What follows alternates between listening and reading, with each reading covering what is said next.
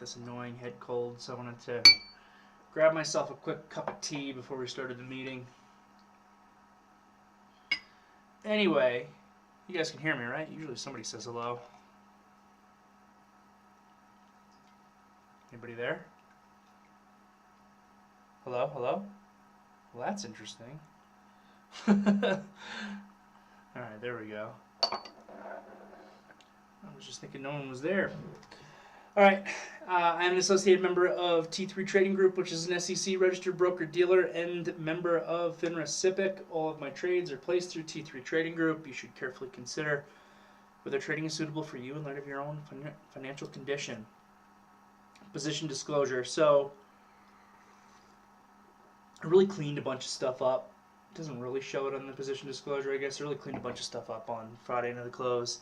Got out of that Tesla short from Friday, which was a nice little payday. Got out of Microsoft short on Friday, which was also a pretty good trade. I liquidated the TQQQ short position that I had on Friday after making a few bucks in that one.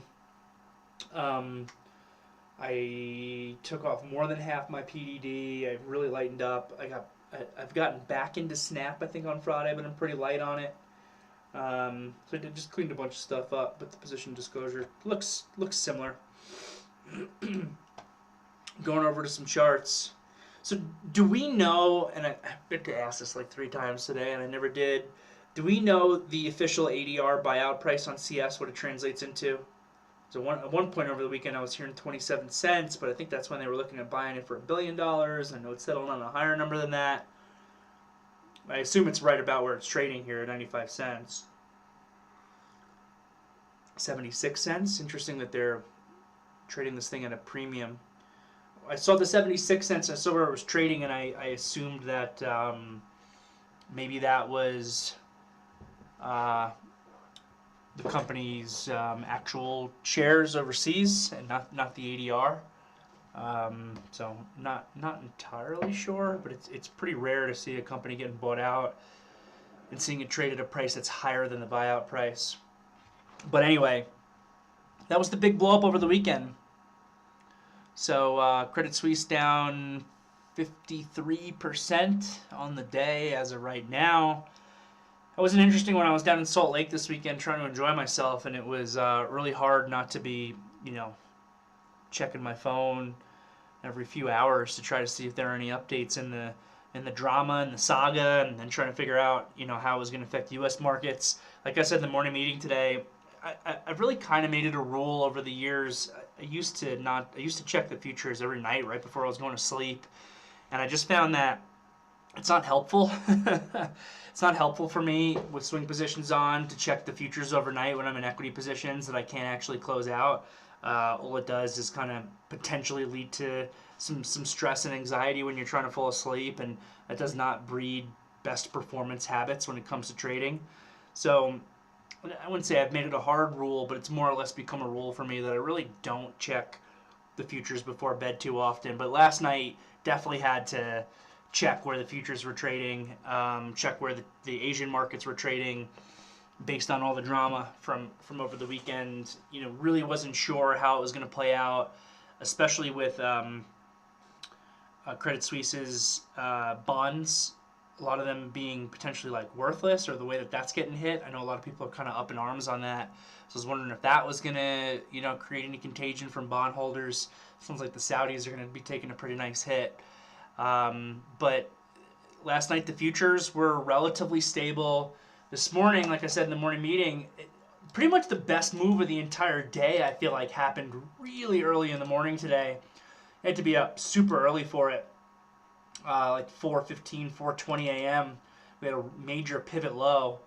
And if you look at this pre-market move from 4:15 a.m. to 6:05 a.m., or I guess our pre-market high is like 6:50 a.m. by a little bit, that there's almost more better movement actually pre-market today than there was intraday. And I have found, sometimes you get these decent movements in the morning, especially recently. There's been a lot of interesting pivot lows that I've noticed fairly consistently around 6:15, 6:30 a.m. that have become pretty significant. But this one was very early in the morning. It was probably the best opportunity of the day. I certainly was not awake for it. I slept in a little bit later than usual. Again, just trying to fight off this head cold I have. I was letting myself sleep a little bit further, though I didn't want to do that because I was holding some BDD into earnings. But yeah, in some ways, this seems like the best move of the day. And like I was analyzing in the morning meeting, the IWM at lows, at pre-market lows, which you can't even tell. Look at that. Let me remind myself by looking at the pre-market chart what the Russell low price was pre-market. Yeah, IWM was all the way at 168.45. That's just that level of extension on the daily chart, 168.45. So this was set to be below recent lows, below the December pivot low, all the way down to 168 and change. It's really that level of extension, if anybody was up early enough, where you want to start building in counter trend. We've consistently seen that you struggle to get much more downside or upside when you're at that $6 to $7 plus of extension away from the EMA on the daily chart for the IWM. But you had to be awake really early for it. By the time the market was opening up for us, I really felt that it took away a lot of the opening opportunity, set for kind of a tricky gap up. The biggest thing that I was looking for today, and let's see our percentages. So SPYs are up 0.9%, Qs finished up 0.2%, and the IWM finished up 1.4%. So it's honestly not even as extreme as I wanted. But the biggest thing that I actually called for this on Friday, once we got through the Friday fears of options expiration into the close with quad witching, and then the Friday fears of it just being Friday and you never know what crazy event's going to happen over the weekend. Very similar to the first half of 2022, where every Friday pretty much we're closing red. 2023 so far has actually been the opposite. The vast majority of Fridays we've been closing green, but this was back to more of that fearful thought process of no one knows what's going to happen with these banks, what the next domino to fall could be as contagion potentially spreads. I've been a big advocate from the beginning that we're going to be able to get through this. This is no 2008, and it's a little bit overblown, but there's definitely still plenty of reason to be fearful, especially in regional banks. And then again, what happened in CS over the weekend, and now what was happening intraday today with the potential of this FRC. This FRC easily could have gotten halted at one point today and never reopened, similar to SIVB. It just made plenty of sense that the market would be a little bit weaker Friday, especially into the close, and that the mean reversion that I was really starting to discuss at the end of last week, that I feel needs to happen and will happen as fears of really bad contagion or crisis subside, where the IWM and the Qs can mean revert a little bit. We thought that would wait for the beginning of this week, and today, it happened. IWM, up 1.4%, Qs up 0.17%. It actually didn't happen to the degree to which I was looking for it to happen, and you can see the IWM weakened out during the day. Really, really strong open, working its way up. 11:30 a.m. it's high. This sell-off here midday was actually very brutal, and it never fully recovered from that, even though the SPYs pretty much fully recovered from that midday sell-off. And the Qs actually, once that midday sell-off occurred, caught up a little bit on the relative strength process. But at one point this morning, in the beginning of the day, we were looking at the Qs being down 0.5%. We were looking at the IWM ripping up a couple percentage points. And I was like, oh, here we go. We're getting the mean reversion that we were really looking for, that we expected to begin to happen at the beginning of this week.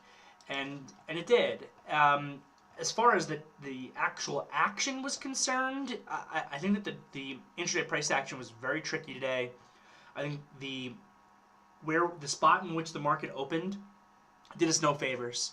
If we could have gotten that deep gap down where we were trading at 4:15, 4:20 in the morning, it would have created a lot of opportunity for us from an intraday perspective to be able to come in and buy the dip and once again look for this deeper price correction. Very similar when we were coming in and we were buying on the 13th. Very similar when we were coming in and we were buying on the 16th. If we were down at 168.50 when the market opened, it would have been that same exact situation that we've seen on those other days, where we're coming in and we're being more aggressive on the long side. But by the time this market opened, we had rallied so much that took away a lot of the opportunity. There's certainly room for us to bounce back to the ADMA, room for us to bounce back even further to 178, 179 for the IWM.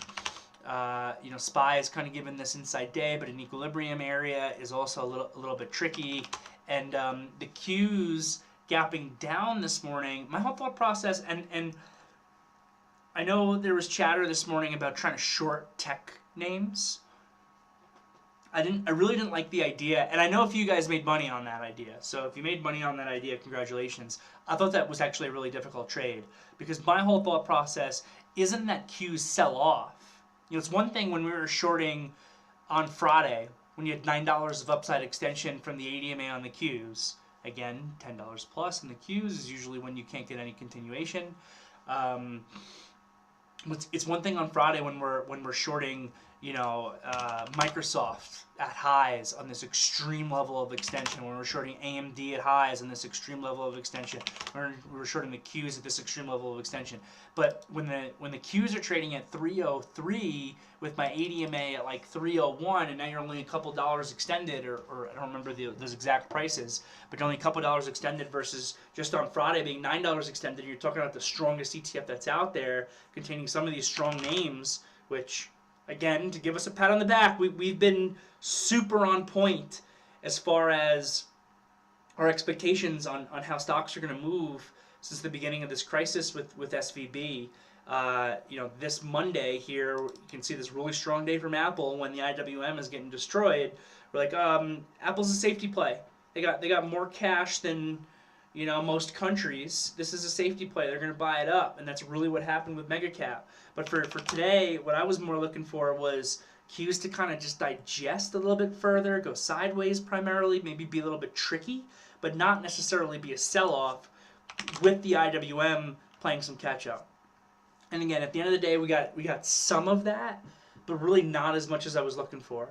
The Russell's up more than the Qs. The Qs did turn out to be generally a trickier trade today, which is also exactly what we expected in the meeting, though the financials were not as easy as I thought they were going to be. I thought that XLF, and to be fair, with that said, the financials were not as easy as I expected them to be, but what we called for in the morning meeting was buying stock back through yesterday's low. You never got the opportunity, at least with XLF, we can take a look at some of the others, to be able to buy stock back through yesterday's low. So you never got like that perfect execution. And that trickiness was also caused by the place in which this market actually opened. I hate when this happens this way. It doesn't happen that often, but it certainly did today, where it feels like the majority of the real opportunity for today's trading session actually required you to be involved pre-market. I was able to get some good stock below Friday's low in Bank of America pre-market, below Friday's low in JP Morgan pre-market. I was able to make a few dollars on them. But I really never got the full follow-through on the XLF that I was looking for. KRE was significantly stronger off the open, even though they ended up selling that off pretty hard also. So, trying to think if I have anything else. I want to take a quick look at these material names, see if they gave any follow through. Yeah, the CLF turned out to be super boring. That was kind of on the list today. U.S. Steel, same thing, super boring. XLE had a decent day. For anybody that was looking at XLE and USO, which I know a few of you are, but I also don't think that this opened up in an easy spot. What I mentioned in the morning meeting was I want XLF to trade back through the low from 2 trading sessions ago as a better setup. So bottom line is that we did get a little bit of mean reversion today between the Qs and the IWM that we're looking for, though I would say that it was less than I was looking for. Maybe part of that has to do with now it just seems like we're one event into the next, right? It's like we got SVB blowing up, and then we got the CPI, and then we got CS this morning, and then we got the Fed on Wednesday. It's kind of just like one event after the next, where it's like, all right, well, the market's going to wait. It's going to wait for Wednesday. It's going to wait for when we get through with the Fed. I don't recall, in my mind, in this entire bear market, there ever being so much uncertainty around what the Fed is actually going to do. It's going to be an interesting one on Wednesday. I'll reserve my thoughts on that probably for tomorrow afternoon and for Wednesday morning. I'm generally still in the camp of the 25 basis point increase, but honestly, them stopping would not surprise me at all.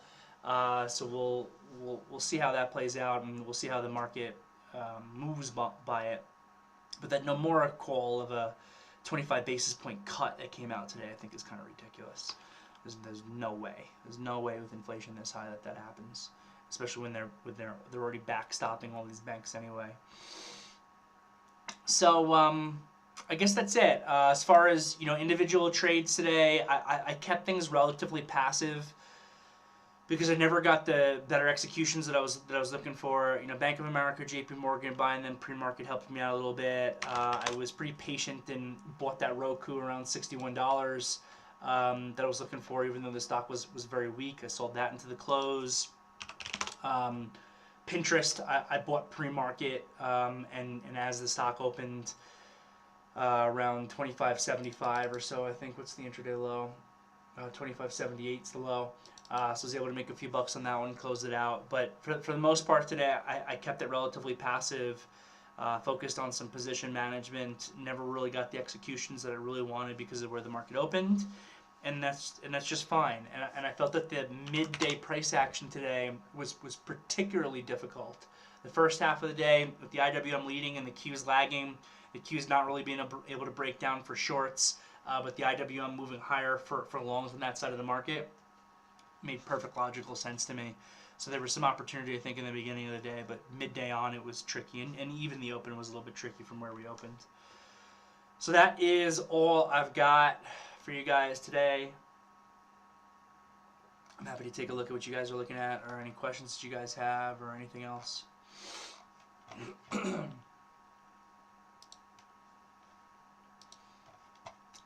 you guys got for me? From Kyle. I had, EXEL. How did this one end up closing? Not great. Really, really strong opening move. I forget who mentioned this one in the morning meeting. You had to pay up a little bit to get stock. I like the long verse 1775 off the open. You had to pay up a little bit to get the stock. Great momentum move, but not a fantastic close. Let me read your question. I had EXEL on watch today for a breakout around 1775, 1780 with the $500 million share repurchase news. At 9:25 a.m. it got bought up hard and jumped 30 cents, resulting in an open of $18.12, well above the level that I wanted. Plan was, if it pulled back and gave a signal, I would look for the long, but felt too extended to buy right off the open. It ripped at the open and didn't take the trade. Was this the right thought process, or should I have been more willing to still try some at the open, just with less dollar risk? Yeah, I think it's 100% the right process. We work really hard every morning to come up with our game plans, to come up with what names we're looking at, why we're looking at them, seeing what's in play, seeing how the market can be on our side. You put all that work in, and then sometimes when the market actually opens, the trade just doesn't present itself in a way where you can execute it properly and have, execution is so important. Having good execution skills so that you can have good prices is so huge. Oftentimes on your failed trades, it's going to be the difference between a failed trade being break even to profitable versus a failed trade just being a straight up 100% loser for you. That's all execution.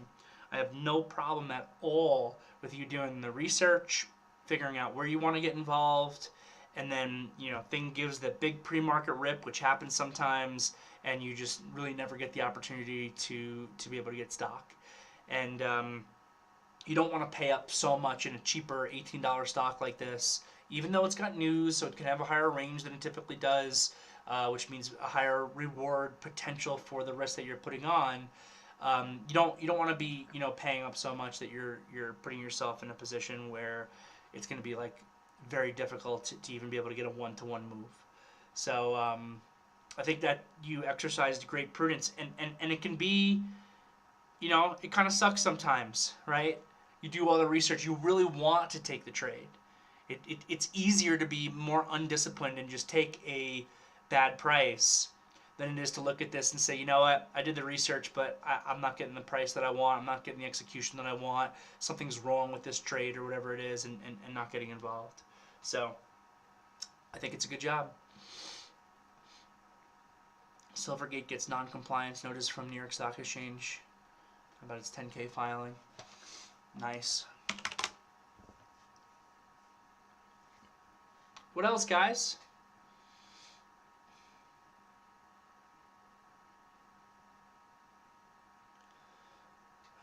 From Zach, any advice for pre-market trades? I've taken small risk every now and then on strong stocks, but can't tell if it's luck or smart thinking. Now, if I do, it's usually off a clean level. Sure. So, I think we talked about this a little bit last week. I'm happy to get into it again. Pre and post market trading, you really need to know what you're doing. For myself, most of the pre-market trading, not all. If I'm trading pre-market, I'm usually doing one of two things. I'm either managing a swing position that I'm already in, which means I'm adding or taking off based on a preset game plan, or I'm taking a feeler where I'm small. Where I'll trade a little bit more aggressively sometimes is after hours on an earnings report, like when Apple reports. But you got to be very careful with that also. You really got to make sure that what you're trading is liquid enough for you to be able to be involved in it. And you got to understand that certain types of order routes don't work. Market orders don't work. You can't route to New York Stock Exchange. Certain ECNs drop off at 6 p.m. Certain ECNs continue to 8 p.m. You really, really need to know how to execute and route using limit orders and knowing how to cross limit orders to be able to get in and out of positions if you need to take liquidity. And again, if you didn't understand anything I just said, it probably means you shouldn't be trading pre and post market yet. So that's that. It's the biggest thing is you got to be careful about your sizing and liquidity pre and post market. But on certain days, and honestly, it was a day like today, you know, if you were willing to be a little bit more aggressive in something that was more liquid, you get some fantastic stock. And those banks, Bank of America, as an example, was very liquid very early in the day. It's just a thick stock. Trading SPYs, trading Qs, they're very liquid early on, so you can get involved in those. And then for the most part, you know, the trading is similar to what you'd be doing during market hours. You just got to understand how the routing is going to work and that there's lesser liquidity. So you just don't want to get trapped in something. It just happened to me a couple of times when I'm involved in something that's too early. It's too early. It's not liquid enough or whatever, and you get stuck. You don't want to be in that position. It's almost always within 15 to 30 minutes before the open when I feel something is ready to shoot right off the open. Yeah, a lot of times when you're that close to the open, I think that you're almost better off waiting for the open. But I get the idea of if you're worried about something running without you, similar to Kyle's EXEL situation, where you nibble a feeler earlier to be able to get some stock. Now I'm curious to see what this pre-market chart looks like. Yeah, this thing doesn't trade, though. That's the problem. Look, this thing doesn't trade. At 9:10 a.m., it traded 100 shares in that 5-minute period. You can't even take a feeler in this, I don't think. So that's the biggest thing, is pay attention to your liquidity, as opposed to, so what did I just point out? At 9:10 a.m., I said, it's traded 100 shares. It's crazy. What did Bank of America do at 9:10 a.m.? Just out of curiosity. 2,600 shares. Still less than I actually would have expected in typing it up. Pretty. Oh wait, hold on. That's sorry. Look at the wrong time. Did I look at the right? My brain's just not working this morning. What did I say? 9:10 a.m. Did I just say this morning? That shows you where I'm at. 9:10 a.m. it did 100 shares. Bank of America at 9:10 a.m. That is all the way over here. Did 500,000 shares. Yeah, that's what I'm expecting to see. Bank of America doing 500,000 shares at 9:10 a.m. So that's something that's more liquid. That's something you can get involved in a little bit earlier. I mean, even what's this thing doing at like 6:30? Yeah, 30,000 shares, 50,000 shares in a 5-minute bar. It's still very small compared to, I don't know, let's go midday when the volume tends to get smaller and look for a smaller volume bar. Yeah, 358,000 shares. Interesting, actually, that at 1:30 p.m. today, the volume was actually less than at 9:10 a.m. this morning. So, interesting stuff. Any other questions for today, gang? I don't mind wrapping things up early, but I'm also happy to answer questions. From Rex, took an NVIDIA short. Took an NVIDIA short, 10.15.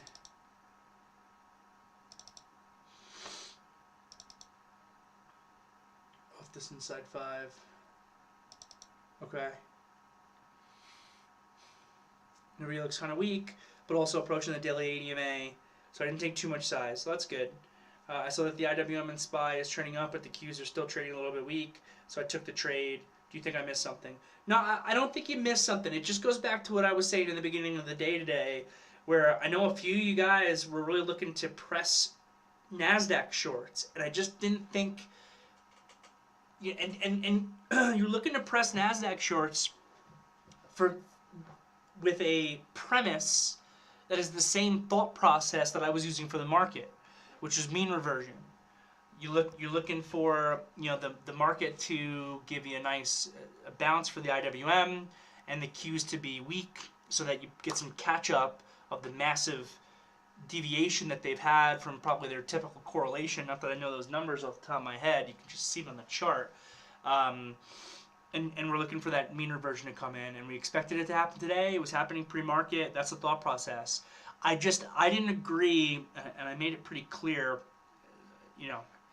First of all, I'm not the end-all be-all as far as trading goes, and there's a lot of really smart people in here. That includes Josh. But also at the same time, if we all share our opinions, and our opinions are sometimes different, that's great, because it just gets more information out there for our team. So, Josh's thought process that he mentioned was more on that short side of the Qs, and I think he caught a couple of decent trades with that.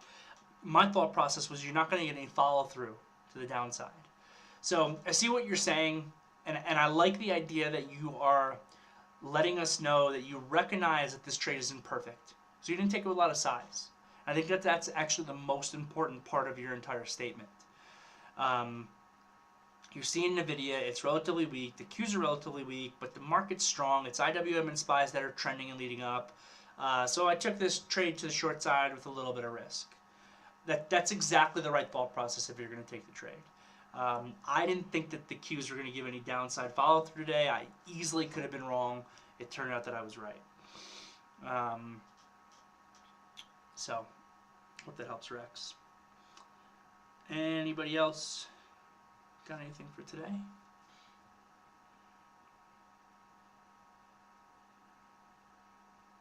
Alright, cool. So we'll do a... Oh, there we go. What weight class did you fight in? How many fights did you participate in? And how many belts did you win? I fought in a bunch of weight classes. My best weight class was probably 154. I spent the beginning of my pro career 147. I spent the end of my pro career 160, which was a weight that was way too heavy for me, but I had a world title shot at 160 and I took it and I won, so then I was stuck at 160. That weight class was way too... I walked around at 160. I was fighting guys that were 190 pounds, 180 to 190 pounds, who were cutting 20 to 30 pounds of weight to get on the scale, and were being that big in the actual ring, and I was, maybe 163. But I took a fight. I took, I think, 2 fights at like 175. One of which was a last-minute thing because the guy I was supposed to fight dropped out last minute, and I was nowhere near the weight I was supposed to fight at 147. I stood on the scale with water bottles in my pockets to show fake weight up, basically, so that the sanctioning body would let me take the fight. And luckily, I knew the referee well, and he kind of just shook his head at me and let me do it. I probably had total about 40 fights. I think I was like, I don't know, 34, 4 and 2 or something like that.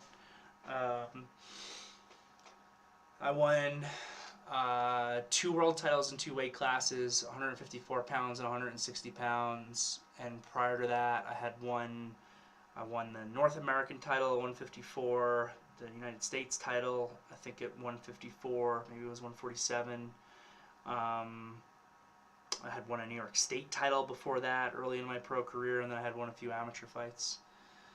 But I appreciate the question. Appreciate the question. It was a big part of my life for a really long time. And now I'm retired. Retired at a good time. Retired in 2018. So I didn't have to deal with any of the COVID stuff. It would have been a disaster to try to be a professional athlete in that sport during COVID. So I was really glad I was out for that. But the biggest thing that weighed on my decision to retire from the sport, I kind of retired in my prime, was I didn't want to get hit in the head anymore. I learned too much stuff about brain damage that I did not know when I first got into the sport because the science wasn't out there, and then all the science was coming out about CTE and football players and stuff like that. We just didn't know that. And I turned pro in 2009. Was an amateur for some years before that. We just didn't know what we knew, and then that science was coming out. But at that point, I was too far advanced into my career where I wasn't going to stop. But what I did was I gave myself an end point. So I think when I was 27, I promised myself I wasn't going to fight past the age of 32, and I stuck to it. My last fight was right before my 33rd birthday, and it was a world title unification fight against this guy from Spain. He came over from Spain.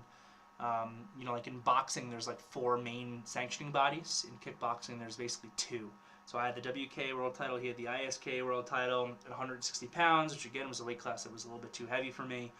But we did a world title unification fight, and I was winning. The judges had me up. Every judge had me up, winning almost every round, and it was in round 6 that I got hit with an overhand right that I didn't see coming. I got knocked out, and I lost. And it was the only time I've ever been knocked unconscious, and it sucked because that was my last fight ever. You don't want to go out like that, and it especially sucked because I was winning the entire thing. And everybody told me I needed to rematch the guy. I got to get the titles, this, that, and the other. And I didn't. I stepped away from the sport. I said that this was going to be my last fight no matter what. And the result just kind of is what it is. It sucks, but I'm stepping away. It's time for me to focus on protecting my brain. And now I'll still spar people. I'll spar anybody. 100% contact. Just no head contact. You want to, you crack me in my stomach, I'm just going to come back stronger from that. You crack me in my head, and you just don't come back the same way from it. And it's a lot of the guys I know who continue in those sports until they're 40. They're in their 40s, or they're just all messed up. They can't even speak right. Luckily for me, I never took too much damage. I was pretty much the person that always won. But you still take your headshots. You still, especially in training in the gym. Did I win the water bottle fight? Yes, I did. I knocked the guy out. How did you manage all that while developing as a trader? It's a good question. My life for a very long time consisted of only 2 things. It was focusing on my trading career and training for fights. For most of my 20s, basically all my 20s, I didn't have a social life. I didn't. I spent most of the year 100% sober because I would never touch a sip of alcohol or anything during training camp. Eating very clean, and it was all about my schedule of training and trading. And for training, what I had to do, because I was competing against people who this is what they did as their career, full time. So they had all day, every day to be able to train for fights.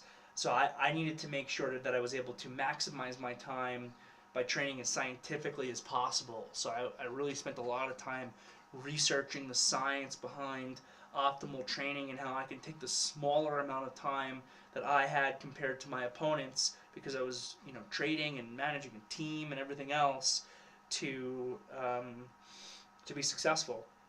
And so my rest days, I would always take at least 1 full rest day, if not 2. Sometimes the other rest day would be like kind of more of a just a lighter workout day.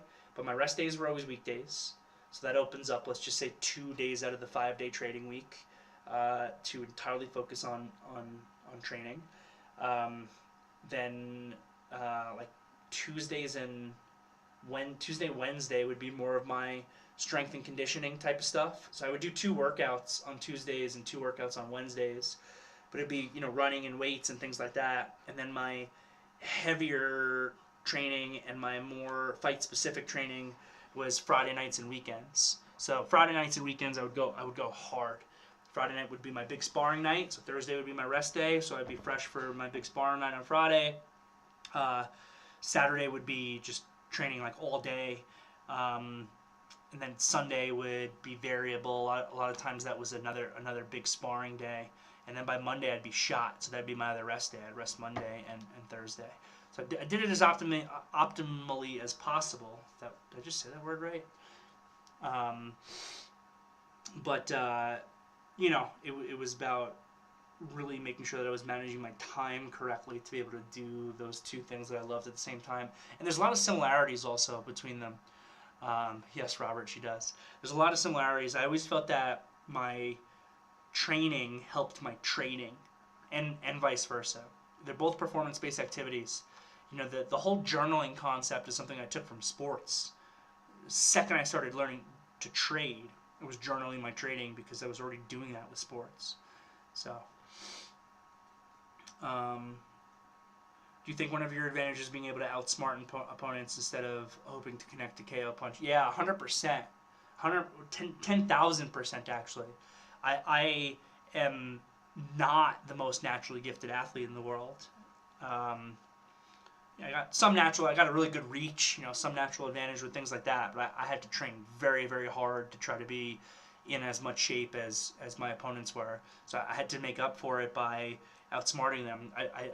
I love fight sports. I don't follow any sports as a fan, and I don't know enough about most other sports, and I don't really care to learn, to be honest.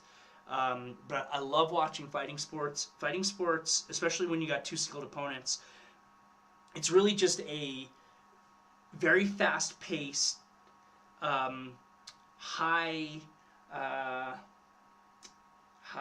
what's the word I'm looking for? High consequences chess match is really what fighting is. The concept is ring generalship. Ring generalship is having an aware of your surroundings, knowing where you are within the ring, where you're positioned versus where your opponent is positioned, understanding your strengths and weaknesses versus their strengths and their weaknesses, maximizing your strengths versus their weaknesses, and having a strategy to be able to take advantage of that. That's really what fighting sports is. It comes down to. And then obviously you got to be able to throw a punch and a kick and be able to have good defense and all that stuff. But it's relatively easier to teach. So it really comes down to ring general. Even little things like knowing where you are versus knowing where the ref is. Little stuff like that. Knowing how to be able to tie your opponent up to be able to take a rest. Knowing that the ref's on the left side so I can do something that's a little bit tricky on the right side. Stuff like that. For sure. I appreciate the questions, guys. I don't chat about that part of my life too often anymore, but it's always a pleasure to share. So on that note, I'm going to end the meeting. So I hope everybody had a good day today. I will see you all tomorrow. Have a fantastic night.